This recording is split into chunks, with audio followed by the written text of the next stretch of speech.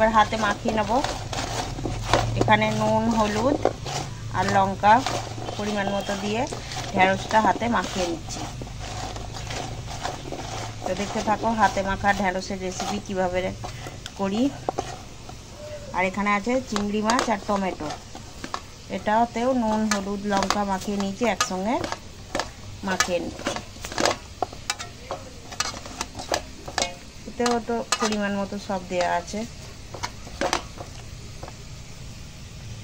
আর সেদিকে বেরেস্তা ভাজা হচ্ছে, এখনো হয়নি, এখনো ভাজতে হবে।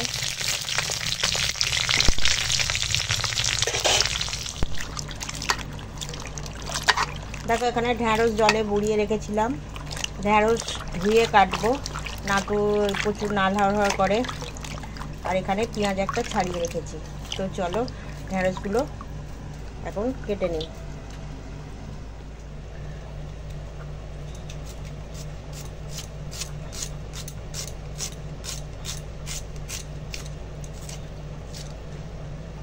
পেঁয়াজ,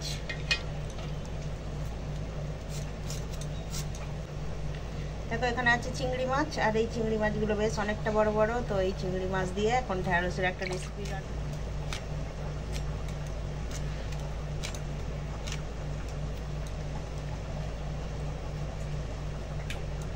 আজকে এই কচি নরম ঢ্যাঁড়স দিয়ে একটা হাতে মাখা রেসিপি তোমাদের সঙ্গে শেয়ার করব, দেখতে থাকো।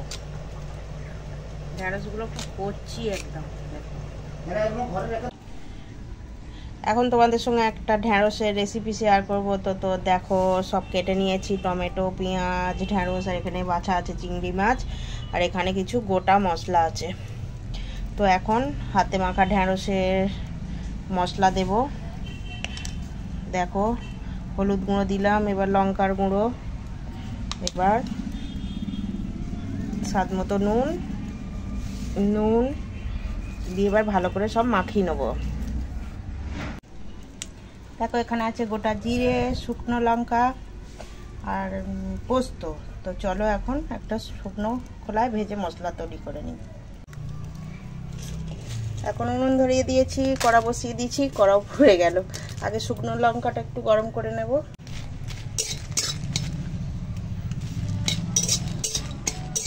শুকনো লঙ্কাটা বেশ গরম হয়ে গেছে, গন্ধ উঠেছে। এবার পোস্ত আর গোটা জিরে দিয়ে দিলাম, দিয়ে ভালো করে একটু মশলাটা ভেজে নেব।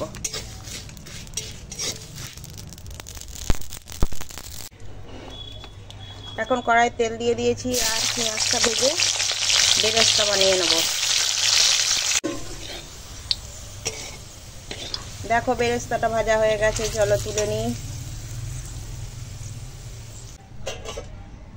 দেখো বেরেস্তাটা ভেজে তুলে নিয়েছি, আর কড়াতে তেল আছে, ওই তেলেতেই এই মেখে রাখা ঢ্যাঁড়স দিয়ে দেব। পুরো মশলা দিয়ে মাখানো। দেখো হাতে মাখা ঢ্যাঁড়স কিভাবে রান্না হয়।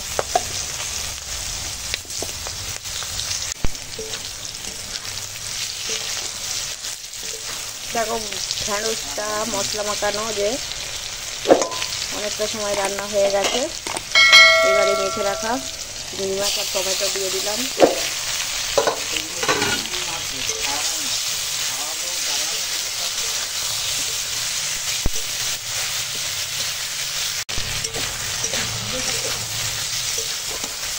ঢ্যাঁড়সটা দেওয়ার পরে চিংড়ি মাছ আর টমেটো দিয়ে বেশ খানিকক্ষণ রান্না করে নিয়েছি। এইবার অল্প জল দিয়ে দেবো। এবার চলো একটা মশলা তৈরি করে নিয়ে আসি। দেখো কোনো মশলা দিইনি, যে মশলা মাখিয়ে রেখেছিলাম তারই কালার ছেড়ে দিয়েছে, কত সুন্দর কালার হয়েছে। দেখো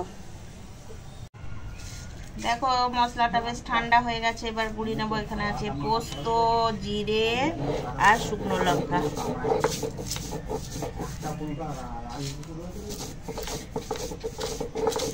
এই ভাজা মশলাটা দিয়ে কি সুন্দর গন্ধ উঠেছে।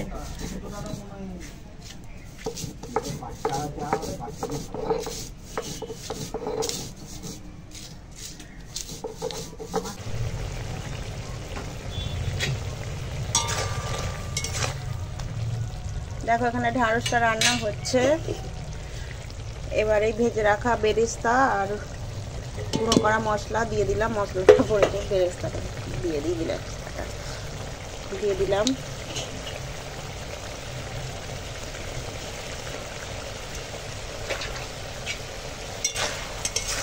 তো ভালো করে মিশিয়ে নেবো।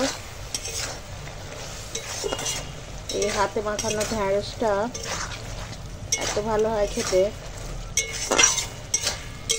অনেক সুন্দর হয়।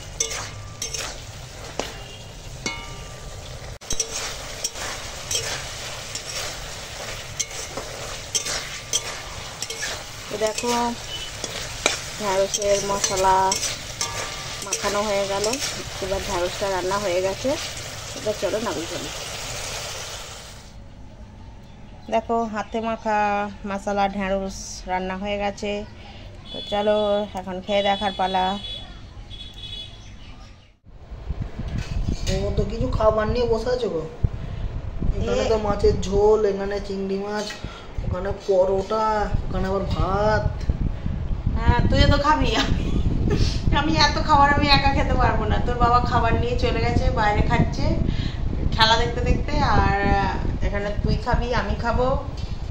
আমি ঢ্যাঁড়সটা দিয়ে খাবো। ঢ্যাঁড়সটা সুন্দর করে রান্না করেছি, একজন বন্ধু দেখে করেছি, ঠিক আছে? এরকম আমি আগে কোনোদিন করিনি, এই প্রথম করলাম। একজন বন্ধু দেখেছি যে সে এইভাবে ঢ্যাঁড়স রান্না করছে, তো ওই জন্য আমি ওরকম করে করেছি। এই ঢ্যাঁড়সটা দিয়ে খাবো, হাতে মাখিয়ে ঢ্যাঁড়সটা রান্না করেছি, বুঝলি তো?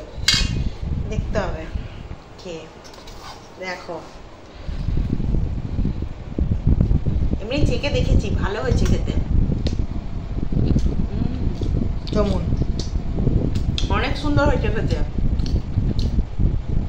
আমি আগে কোনোদিন এরকম করিনি, এই প্রথম করলাম যে হাতে মেখে ঢ্যাঁড়স রান্না। অনেক ভালো হয়েছে।